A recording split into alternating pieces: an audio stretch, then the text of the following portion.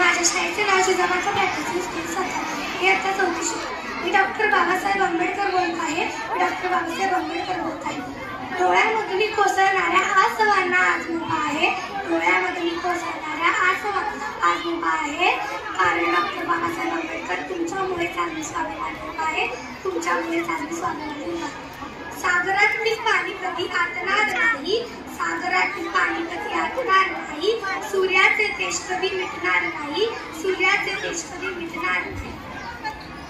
Doctor Babasaheb यांचा जन्म 14 April 1891 रोजी मध्य प्रदेश येथे झाला. त्यांच्या वडिलांचे नाव रावजी सपकाळ व आईचे नाव भीमाबाई सपकाळ असे होते. त्यांच्या पत्नीचे नाव रमाबाई आंबेडकर असे होते. त्यांच्या मुलीचे नाव केशव आंबेडकर असे होते. ते भारताचे पहिले कायदा मंत्री व भारताचे संविधानाचे शिल्पकार होते. चौदार तळ्याचे पाणी ज्यांनी चौदार केले. चौदार तळ्याचे पाणी ज्यांनी चौदार केले. पशुपक्ष्यांसारखं राहणाऱ्यांना त्यांनी मानवात नेले. ज्ञानसूर्य भारतरत्न भीमराव माझा. ज्ञानसूर्य भारतरत्न भीमराव माझा.